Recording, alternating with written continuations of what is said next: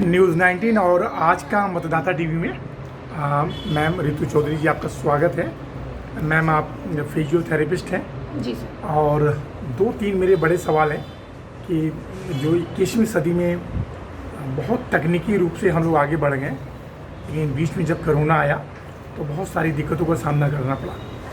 आज फिजियोथेरेपिस्ट की जो आवश्यकता हर घर में देखी जाती है, तो इसका मुख्य कारण मैम क्या है? सर सेडेंटरी लाइफ स्टाइल और खाने का मेन कोज है।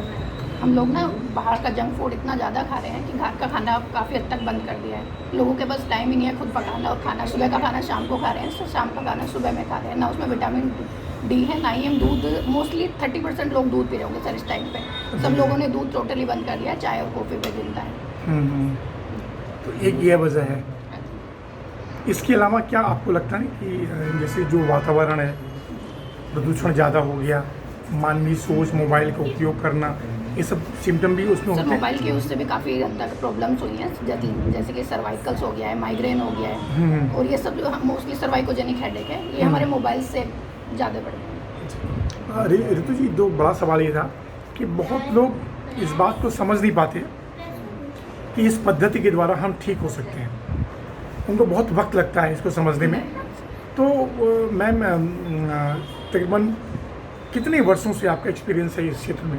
सर मोर देन 16 ईयर हो चुके हैं, लेकिन ये सोचना कि कुछ इससे आराम नहीं आता, ये गलत है। क्योंकि फिजियोथेरेपी से ऑलमोस्ट बहुत सारी डिसीज़ हैं जो ठीक हो जाती हैं। जितनी भी डिसीज़ हैं डॉक्टर सारे सबसे ज़्यादा फिजियोथेरेपी लिखते हैं, क्योंकि फिजियोथेरेपी से टोटली क्योर हो जाता है।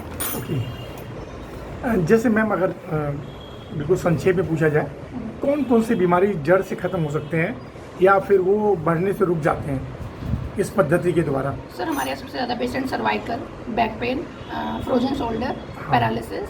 अच्छा। पैरालिसिस में भी काफ़ी अच्छा फिजियोथेरेपी का होता है सर। डिपेंड करता है कि अगर ब्रेन डैमेज ज़्यादा है तो 1 मंथ, नहीं तो 3 मंथ्स में ऑलमोस्ट पेशेंट ठीक हो जाता है। ओके, अगर पैरालिसिस के पेशेंट हैं तो अगर देखा जाए तो आपका जो आपने ट्रीटमेंट किया, कितना % रिजल्ट रहा होगा? सर मेरा मोर देन 90% रहता है। 90% रहता है मैम। ओके मैम, 1-2 सवाल मैम और ये था कि जैसे कि अब राजनगर एक्सटेंशन की बात करें कि यहाँ पे हाई राइज सोसाइटी काफ़ी ज़्यादा है, तो ऐसी स्थिति में कुछ संदेश देना चाहेंगे कि आदमी इस चीज़ की डिजीज़ से न गुजरे और वो घर पे ही क्यों रहे?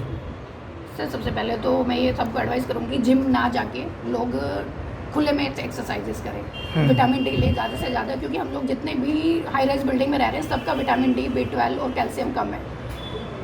नहीं तो फ्लैट्स के अंदर अच्छे से लाइट्स आती हैं, तो जब जाएँ मॉर्निंग वॉक करें कम से कम 40-45 मिनट्स की। ज़्यादा एक्सरसाइजेस पे ना पड़े। मेरे पास अब जो यंग बच्चे आ रहे हैं वो सब स्लिप डिस्क के आ रहे हैं, बिकॉज वो नहीं तो प्रॉपर वार्म अप करते हैं और जाते हैं सीधे वेट उठाना शुरू कर देते हैं। स्टेरॉइड्स लेते हैं सर।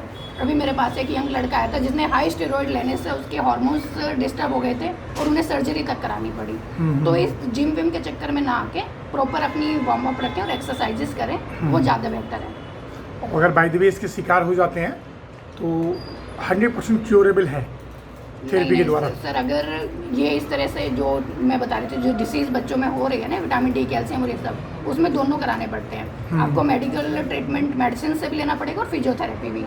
सिंपल फिजियोथेरेपी से ठीक नहीं हो सकता। अगर आप में डेफिशिएंसी है तो वो भी आपको पूरी करनी पड़ेगी। मैम 2 सवाल और था मैम। सरकार और केंद्र सरकार से मतलब इस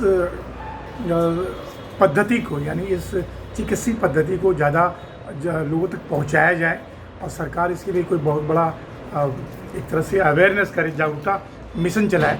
क्योंकि मैम सब लोग स्टेरॉइड और मेडिकल एलोपैथी पे जाते हैं, तो उसके लिए कुछ प्लानिंग है, कुछ मांग है? अभी तो हर एक डॉक्टर, हर एक जगह ये लिखा जा रहा है कि फिजियोथेरेपी को बहुत ज़्यादा, पहले नहीं माना जाता था, लेकिन अब तो फिजियोथेरेपी को सभी लोग आगे फॉरवर्ड कर रहे हैं। अब आप किसी भी उसमें चले जाइए, हर जगह आपको रिटर्न में, प्रिस्क्रिप्शन में, हर जगह आपको लिखा मिलेगा आप फिजियोथेरेपी कराइए, मेडिसिन पर मत जाइए। जितने भी बड़े हॉस्पिटल्स हैं सर, वहाँ पे सबने पेन किलर्स देना ऑलमोस्ट बंद कर दिया है। जी। जबकि यहाँ पे अभी जितने लोकल्स हैं थोड़े बहुत लिखते हैं, लेकिन मैं देखती हूँ जो बड़े हॉस्पिटल से प्रिस्क्रिप्शन आ रहे हैं उनमें किसी में पेन किलर नहीं है। वो यही कहते हैं 1 महीना लगे, 2 लगे, आपको फिजियोथेरेपी से ही आराम आएगा।